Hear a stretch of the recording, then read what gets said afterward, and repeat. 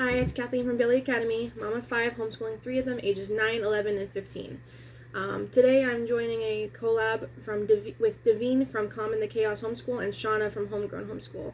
And we're talking about how we plan next year's homeschool curriculum. Now, our school year doesn't end until June, the end of June, so I haven't done a whole lot of planning of next year's curriculum yet, but I do like to think ahead, even though I'm not done planning this year's, obviously. However, I think I do mine a little differently than a lot of homeschoolers do. A lot of homeschoolers, from what I can see anyway, from watching YouTube videos and from talking to homeschoolers, is a lot of them use pre-made curriculum, so they, might download samples or try things out or look at reviews and buy what they want, what seems interesting, and then go ahead and use it. But I make my own curriculum with a few exceptions. Like this current year, I've been using The Good and the Beautiful off and on. I'm a secular homeschooler. It is not a secular course, sorry. I'm a secular homeschooler, but it's not a secular course. But we tried using it just because it's available free online. So we printed off some pages to try it out and see how it works. Ordering it from Canada is really expensive, so doing it online is the best way for us. But we won't be using it next year. It's just not for us. We've using teaching textbooks for my high schooler. I worked with the company, so we were able to try it out and review it, and it's cool, but I haven't decided yet if we're using it next year or not. So, other than a few examples like that, for the most part, I plan and create our own curriculum. And so I'm going to talk about how I plan my next year's homeschool curriculum in that way. Before I start, I want to tell you that since it's a collab, at the end of the video, can you please go to the description box below, and you'll find links to the two hosts, Devine from Common the Chaos and Shauna from Homegrown Homeschool. Go check out their videos, but also there'll be a link to a playlist so you can see the other homeschool YouTubers who are discussing today about how they pick their next year's homeschool curriculum. So check that out. Okay, so what I do and what I've been started doing for next year is just thinking about the topics that I want to cover. I'm not talking about literacy and math just yet. I'm talking more so about science and social studies. I know a lot of the US YouTubers, homeschool YouTubers, talk about doing like history and science, but here we call it social studies, which is geography and history mixed together. So what I did was, like yesterday, I thought about what science topics I wanted to cover, and I made a big list of things we haven't done recently, and I'm going to have my kids pick one or two that they for sure want to make sure they do, and then I'll add in some other ones that I want to make sure that they cover as well. So where's my list? This is my homeschool binder. Where I plan everything. And so in it, in one section, I have planning for next year. So, for example, I would like to do weather or light, some sort of senses theme. My kids are a little older. You don't usually use senses when they're younger, so I'm talking more in-depth stuff, like sound and, all the senses, but I mean, going more in-depth in them. Electricity, machines or engineering, magnetism, speed, force, motion, all mixed together. Insects, which we haven't done, but that's because my youngest is afraid of most bugs, so I don't know if we'll get to that or not. Some sort of environment theme, including climate change, pollution, deforestation, conservation, that sort of thing. I'm not sure if ecology is the same sort of thing. I think we're going to wait for human body because my middle one has done human body when he was in school. So I want to elaborate more than they did, but I want to wait until he's older so that he can do more in-depth stuff. Or possibly when he's in high school and he can do anatomy, which is definitely more in-depth. So we're not doing that one yet. Also thinking of geology and earth science. So I made a list so far, and what I'm doing right now, before I figure out which ones I'm actually doing next year, is I find free or cheap resources, mostly free, that I can use. So what I do is I use my two most popular sites that I love to use, which are Twinkle, and for me it's twinkle.ca, but they have a website for every country practically. So twinkle.com if you're in the US, or when you go to the website at the very bottom, it'll show you twinkle.fr for France, that sort of thing if you wanted to find your country. They are amazing. They have free resources. They also have paid resources, but they're premium paid resources. You pay one fee a month to access pretty much unlimited. I think I hit the download limit for the day before, but the next day you can keep downloading. It's not like it's so many a month or anything. And it's really, really inexpensive. And the materials are top notch. It's not just for homeschoolers, it's for teachers and other educators too. So some of them may not work for your homeschool, but most of them do. There's not just worksheets. They have board games. They have cut and glue type things, word searches, crossword puzzles. They even have ebooks, and they even have like bullet journaling supplies, bookmarks that you can print in color, like so much stuff. And they not only just separate like that, but they have like kits. So for example, right now on my screen, right here it says Science Light Year 6, so that means like grade 6, Light Unit Pack.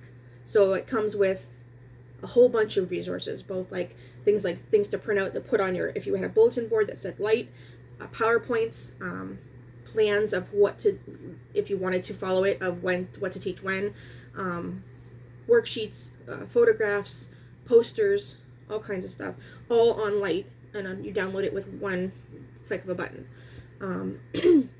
So what I do is I go through Twinkle, and I have a membership. Now I do work with Twinkle on a sponsorship type scenario, but this particular video is not sponsored, and also I would have a subscription whether they sponsored me or not, because it's so amazing and so cheap, but such high quality. Anyway, so what I do is I would go through and I type in, okay, one of my possible things I want to do is Light. So I search Twinkle for Light resources and just download anything that looked like it might be useful. And then when I can't find anything else that I want, I go to my other website that I love, teacherspayteachers.com. I'm sure most of you are familiar with that. If you're not, make a free account. There's tons of free resources on there, and there are paid ones too, but some of them you can find for like $1 or $2, especially when sales go on. Like I'm subscribed to some bloggers who also sell on Teachers Pay Teachers, and so sometimes they have things where they'll group together and they have a bunch of freebies you download, and then they'll be like, okay, Monday is $1 day, so everything is marked down to $1. Tuesday is $2 day, Wednesday is half off, things like that. And so I get lots of cheap things from there as well. And the awesome thing about Teachers Pay Teachers is that when you get the premium, like the things that you've paid for, after you use them, you go back and you review them, and you get a couple cents towards the couple cents will keep adding up, and you can use that towards a future purchase. So that's helpful. But even if you just use the free resources, it's worth it. So I searched for Light, searched for 4th grade just because I want like around there, and searched for free, and there's 2,710 results. I look through, I download anything that's useful or anything that might be useful, because especially if it's the free ones. If it's not end up being useful, that's okay. And I just download. And then I go to, sorry, losing my train of thought. I go to my downloads folder and I copy everything I just downloaded from both websites, and select all of them and move them over to a filing system. I can't just turn the printer on. A filing system that I have where, like I'll say like Science, and then under that is like Light. So I put it all there. So even if I don't use Light this coming year, I will have everything set and ready for whenever I do want to do Light, or if I ever want to do Light. And so then I didn't do it yet, but then my next step would be to go to Pinterest and pin to related science board anything that I think would be something I'd want to use. Science experiments, crafts, well, we don't really do crafts, but art, things like that. Anything that would be helpful, games, anything. Save it to a Pinterest file. So it'll be under Science, or I might do one for like Light if I want to be more specific, if I think there'll be lots of them. And then throughout the rest of the year, I'm going to be just keeping my eye out. So anytime I'm on a new website that I subscribe to and I go to their free resource library, if I see anything that relates to what a possible upcoming subject might be, I quickly download that and add it to the file folder. And so next year when I'm ready to plan like specifically what activity we do what day, because that's how I do it. I have, with all the free resources, I have to lesson plan. But I love doing it, so I recommend it if you love doing that sort of thing. So what I do is I will just go and I'll be like, okay, so this is what I do each week, basically. Here's my homeschooling planner. And it has, let me just show you a blank page. Boxes like this.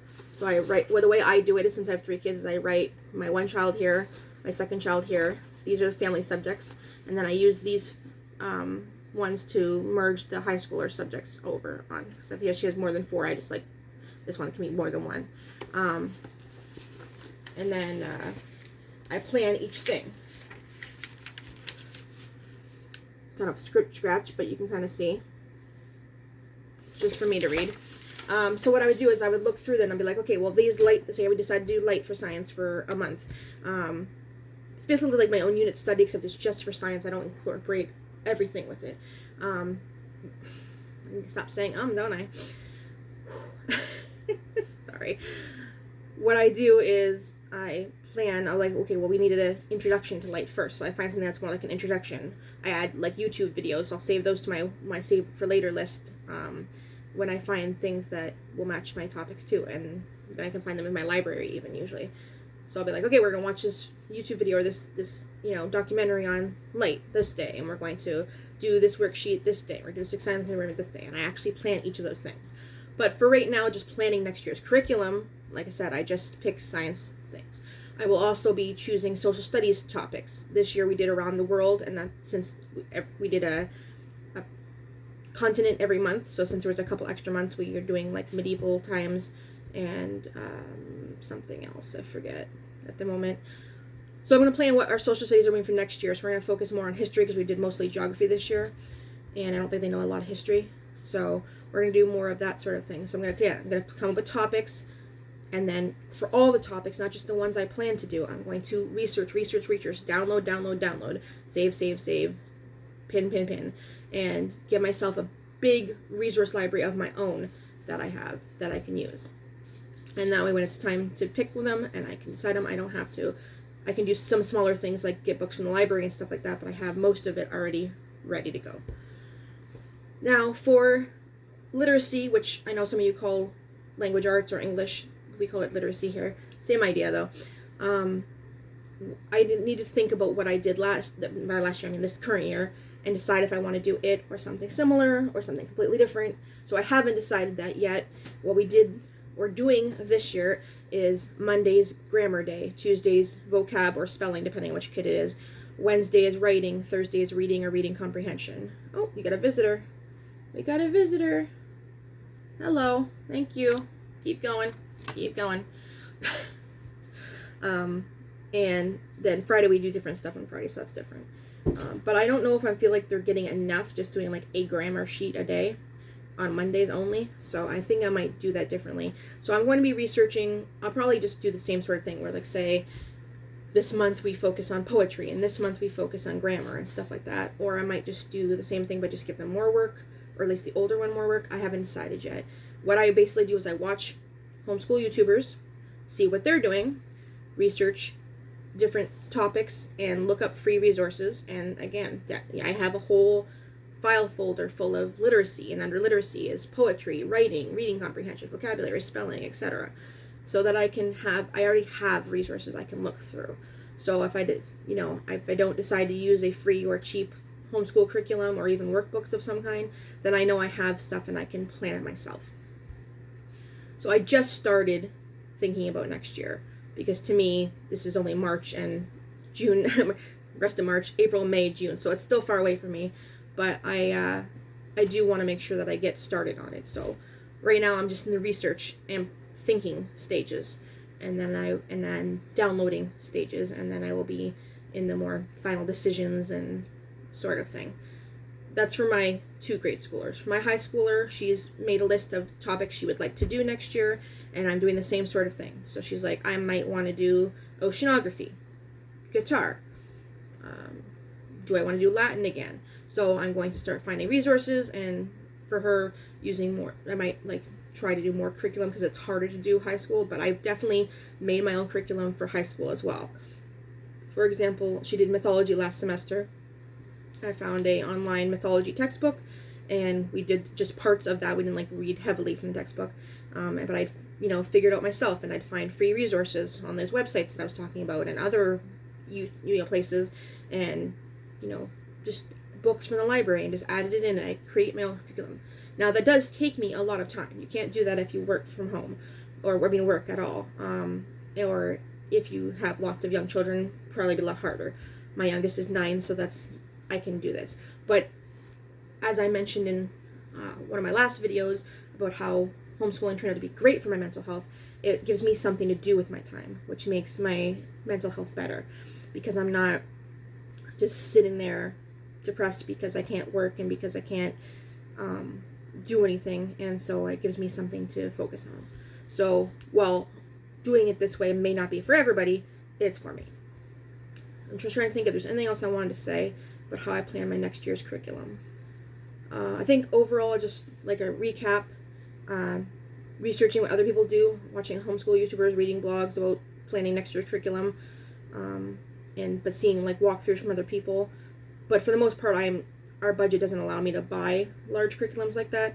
So for the most part, I just use those as ideas of what sort of things topics I might want to do. So somebody says, oh, I bought this unit study, about light and sound, and I really liked it. It doesn't mean I'm necessarily going to buy that unit study, but I might be like, that's a good idea. Let's do that topic. And if I ever find one that I feel like I can afford, and that also I would want to spend the money on, we might do one here or there. But so far, I've just been doing all that sort of stuff planned on my own. And then I just download from twinkle.ca or twinkle.com or twinkle. Whatever, and from teacherspayteachers.com, pin on Pinterest, check out YouTube, library books, and put together everything myself that way. So if anybody wants to do it like that and needs more instruction or help or guides, please let me know in the comments so I can create more YouTube videos showing the website, showing what I do, how I put things together, talking about it. Just let me know. That'd be great. And don't forget that this was a collaboration, so check out the description to find a link to the playlist and to check out the collaboration hosts. And please, if you haven't already, like and subscribe. Makes me happy, makes me feel like you guys like my videos and I should make more. And I will do the same for you if you have YouTube videos. Okay, thanks. Bye.